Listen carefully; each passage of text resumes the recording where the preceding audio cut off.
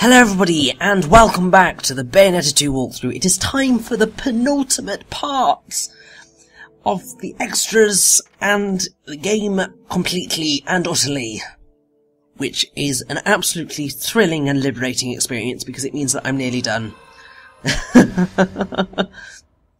So, in the next few parts we're going to look at the world of Bayonetta 2 and everything in it. So, we first have the sound jukebox, which covers every single song in the entirety of the game. Like, it's glorious. And you can set songs to be on repeat, you can set them to shuffle, you can set them to play one after the other. It's really awesome. And it's got all the titles, and I'm not going to show all of it off because you get the gist, and also you can look that information up, and I've covered enough. But what we're going to also do is look at the character art, which is all wonderful, and pretty much throughout the next two parts you're going to have a medley of wonderful Bayonetta 2 songs that I absolutely adore, which are going to provide you some wonderful background noise, other than what would have been the same song for 40 bloody minutes. Actually, no, 40, 50. Because, like, seriously, if you don't use the sound jukebox, then you'll be listening to the same song. But what's really cool is that you can choose a song to play on the sound jukebox, come out of the sound jukebox, the song will still be playing, and you can listen to it whilst you have the slideshow and all that jazz. So, why on earth did I want to show off all this concept art? Why? Because it's beautiful. Like, I mean, just look at this artwork. It's phenomenal. And also it kind of gives you an insight into how everything gets designed. Because, like, with the weapon, like the Umbran elegances, there we go, that's the word. Kind of, Mari Shimazaki developed the base and then did kind of the extra stuff on top, and it's the same with these optional outfits, because kind of the main base of Bayonetta remains the same, but the outfit on top changes. Which, I mean, I guess it's kind of a standard thing whenever you're designing costumes, but it's just really cool to see. And there's just so much of it.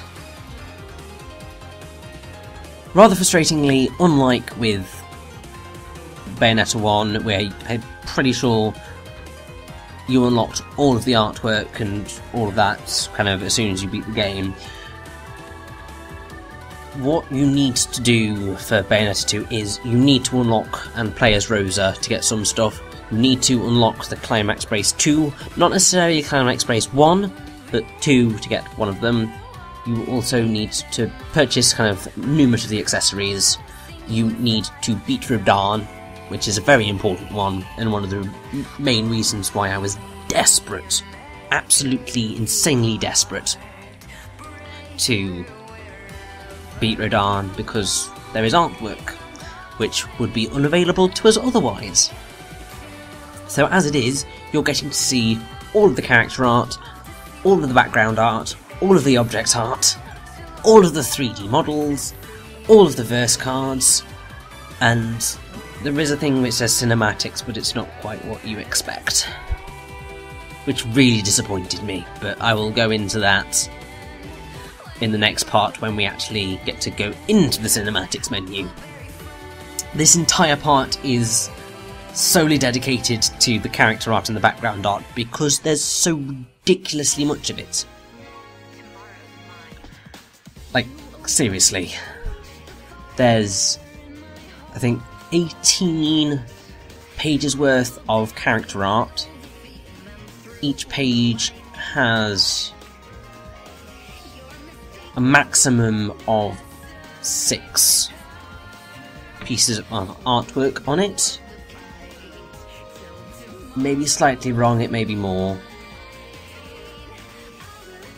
Like, it's been a little while since I counted and I forgot to check before I started this.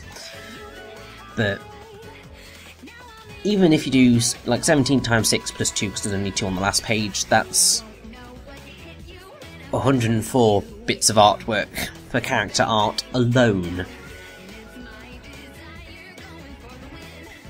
Yeah. Which is bonkers. And then I believe that in terms of background art, I think it might be 16 pages. Which is also a ridiculous amount. There's just so much artwork here. And it's all really interesting to look at. Obviously, it would be more interesting if I could actually read it, because it's all in Japanese. Or at least mostly in Japanese. I can, like, Rosa's watch, Rosa Tiger, that's fine. But I can't read Japanese, which is frustrating. I'm assuming that this is kind of the stuff that is in The Eyes of Bayonetta 2, and it will all be translated when it eventually comes out west, which it better do! I want that art book so badly. Because, as I'm pretty sure I've said, the first one is fantastic.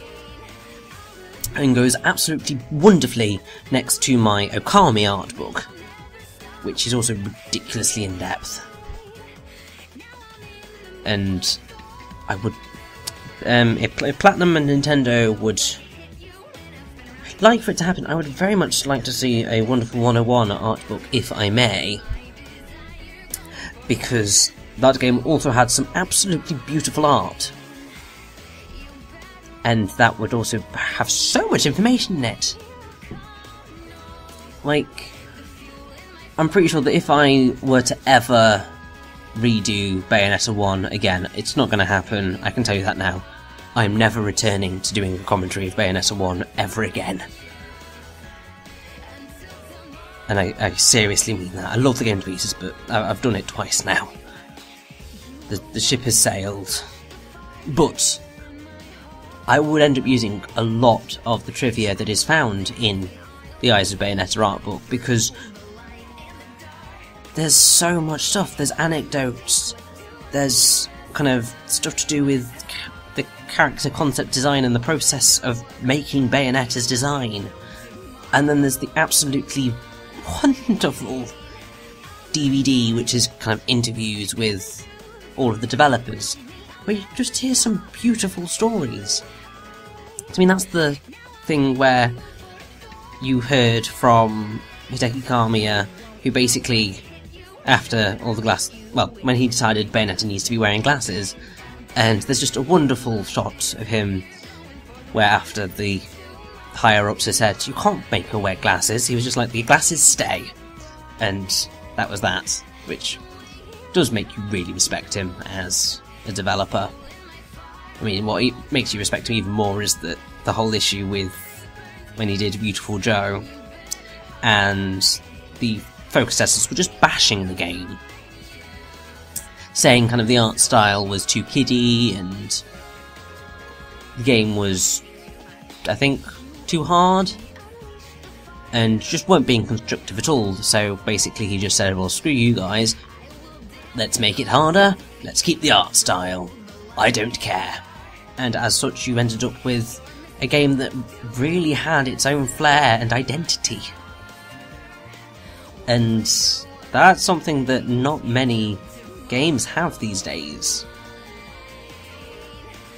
Like, they exist in this sort of homogenized gameplay and visual style, which has never really evolved. Well, it's evolved, but like, so many games look the same, sound the same, play the same. They're not unique anymore, and everything's just ridiculously safe. So having kind of a game like Beautiful Joe, a game like Bayonetta, a game like The Wonderful 101, it just brings life to things, gives you more stuff to play with, which I absolutely adore. And I like how I've gone really, really, really posh. I think I've been living where I am too long. weird thing with accents. You kind of pick things up if you're a particular type of person, and I am one of the people who picks up accents.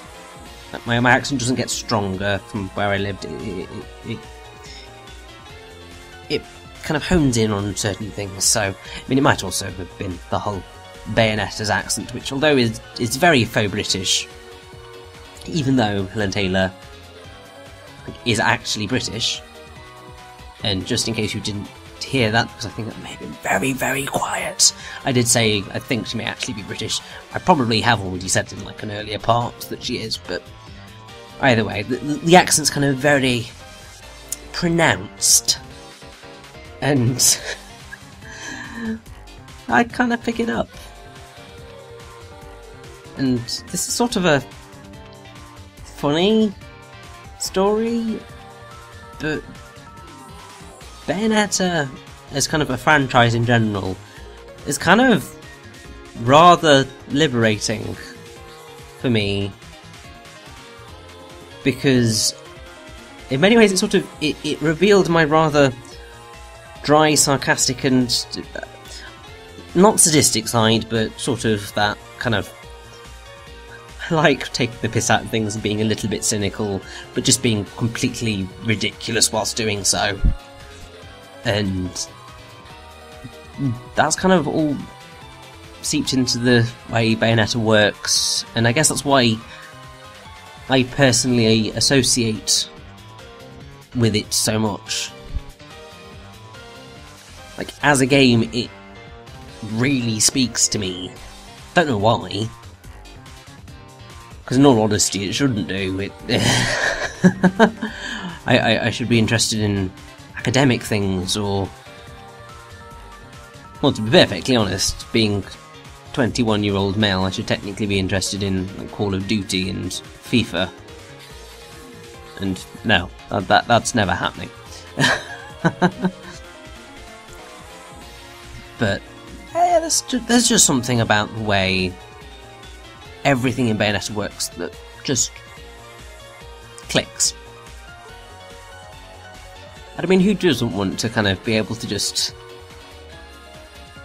mock her enemies in the way that Bayonetta does? And just, while there are a lot of kind of wisecracking male characters, I mean Indiana Jones,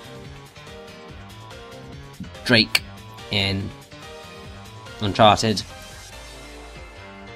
and so on and so forth, there's just something about the way Bayonetta does it that's just so badass. So it's not quite as well done as, say, it's not as well done as it was in Bayonetta 1, like, meaning Bayonetta 2's wisecracks, which are basically non-existent, are nowhere near as good as Bayonetta 1's, because that had some absolutely wonderful ones, like, oh bugger, I forgot the pillow talk. Because earlier, just before she fought Temperantia, she was just like, there'll be plenty of time for pillow talk afterwards. And so on and so forth, and just, you can see I picked up the Bayonetta voice in a way. I mimic it sometimes, not all the time, well, not much at all, but like even with the, like when I did the "Let's dance, boys," the pronunciation is very easy to pick up, and it's awesome. But we've gone past the character art now, and we're into the background art, which is absolutely gobsmackingly beautiful. Like, Jesus Christ! Some of this is just stunning. And it's why I decided that while we had the fun Bayonetta-themed songs for the character art, so Moon River, Tomorrow's Mine, Riders of the Light, this time we're going for the epic boss stuff. So we've got Glamour, Charm, and Allure here, and then we're going to go into, I think it's Warning, then we have a song that's played during Valor, and then we'll go into the end of Gamora, Devourer of the Divine. Because that was just the way I wanted it to go, and I'm surprised that I actually remembered all those titles. Because I was not expecting to. Might be because I only edited and rendered this part the other day. Yeah, my schedule of things has been ridiculously mixed and overlapping as it's come to the end of this walkthrough. So, it's balmy. But, like, seriously, some of this background art I would want on a poster. Like, I would just plaster my walls with some of this artwork. It's beautiful. And so kind of ornate and detailed. And just... I am in awe. Platinum just have some phenomenal artists on their team. Like, really stupidly talented artists. I mean, there are certain things where things aren't looking good. I mean, look at those grass squiggles and the really poor Photoshop of Bayonetta into the kind of picture, but in some of the pictures, just my mind is blown, and it once again just proves that art book needs to come west. Seriously, well and truly, it needs to come west. I need to have that in my hands, in my house, just because I want to be able to look at this artwork at any time, because it's beautiful. And also, like, then I could photocopy it and blow it up and put posters all over my walls.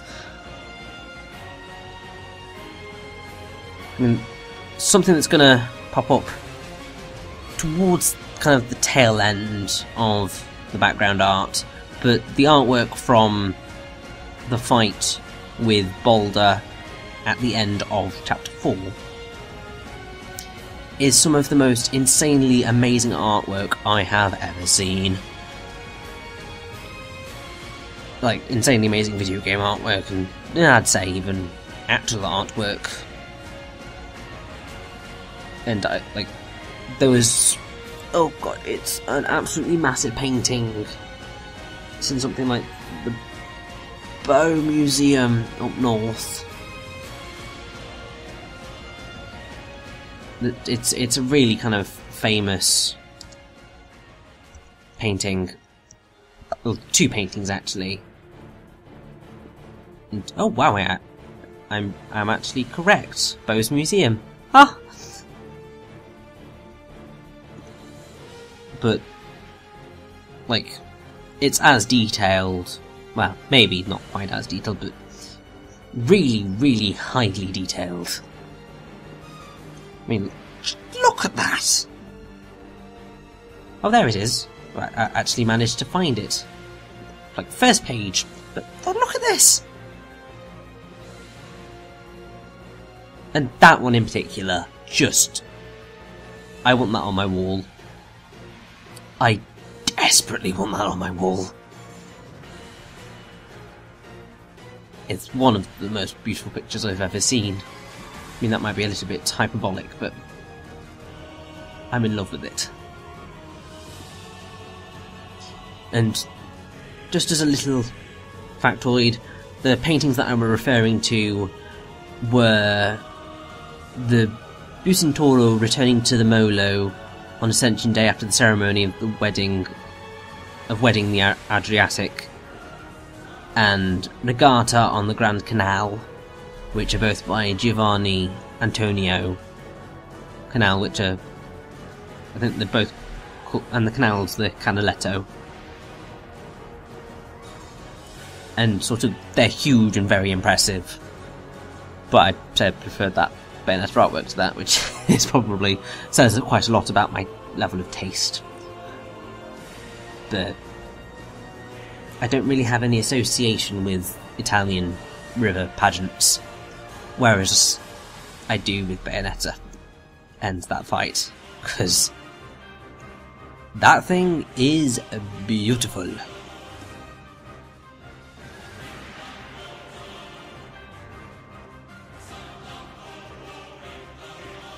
And I wonder how many times I can say this artwork is beautiful in this part.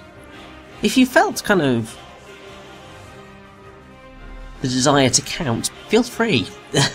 It's probably driven you slightly crazy by this point. It's about the same level as crazy as you'd probably be driven to by figuring out how many shots include spoons in the room, which is the terrible film by Tommy Wiseau, which I love. It's so terrible, and I've experienced it so many times now that, yeah, it will always be an incredibly fond memory of my time at uni, or The Room. And Tommy Wiseau's not over with his films, because I just saw something the other day which suggested that he wanted to do a sequel to The Room, and also make it 3D, and then he's doing a vampire film, and there's also his sitcom called The Neighbours, which probably will prove to be equally as awful when it eventually releases, even though it's like been planning to be released for like years. And that was a really, really weird tangent. But I mean, it makes sense. It's like the whole thing of counting how many times someone says stuff can be quite fun, and maybe a bit tedious, but sometimes rather rewarding. Because it's like a really odd thing when people have incredibly kind of similar tics. It's like, I mean, one particular drinking game that you could try with me. I mean, I certainly recommend you don't, because you'll probably be paralytic by the time you finish an entire walkthrough. But every time I say now, because I tend to start my points with, now we are going to do this. Now, this fact and that fact. In much the same way as I've repeated the phrase, this stuff is beautiful, in this very part.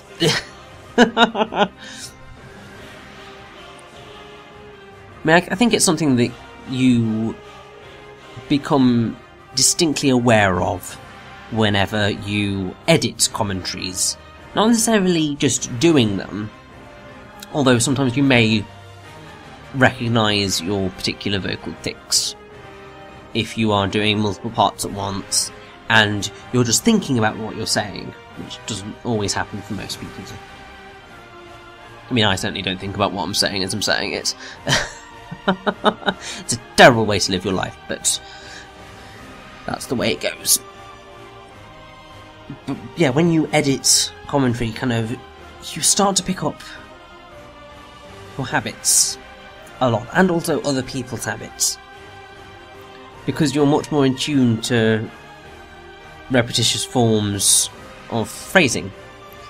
I mean, it's also sometimes you can get so good that you can recognise a word in wave form, which is a particularly impressive skill, and anybody who manages to get to that level of understanding sound and verbal tics is brilliant. I certainly know at least one particular or two particular people involved in certain very awesome commentary group who can do that. I mean, just that look, that is just, oh my god. Sorry, I geek out over stuff very, very ridiculously easy. I mean, had you seen my reaction to when Bayonetta 2 got announced, let's just say my mind kind of broke from the squeeing. And I do mean that seriously. Like, I think I probably was just like, I think my Twitter feed just filled up with, oh my god, oh my god, oh my god, oh my god, oh my god, oh my god, oh my god, oh my god, oh my god. And that was basically all I managed to say. I think I may have elicited an actual squeal when I saw it as well, so my mum probably was just wondering what the hell's going on. But, yeah, I get overexcited about stuff. I'm basically a big kid. And I would say a big kid at heart, but no, I'm basically just a big kid who happens to somehow be somewhat mature. I don't know how my mentality works. It's, as I may have said before, Another verbal tick to take note of. Kind of, I'm a mountain of paradoxes, and me, it just... This thing just goes slightly kooky every now and again. But there we go! We have covered all of the background art and character art. Just ignore everything going on in the sound jukebox here because it's not what you're listening to. It's time to move on to the final part of the Bayonetta 2 walkthrough extras and Bayonetta 2 overall. Be excited!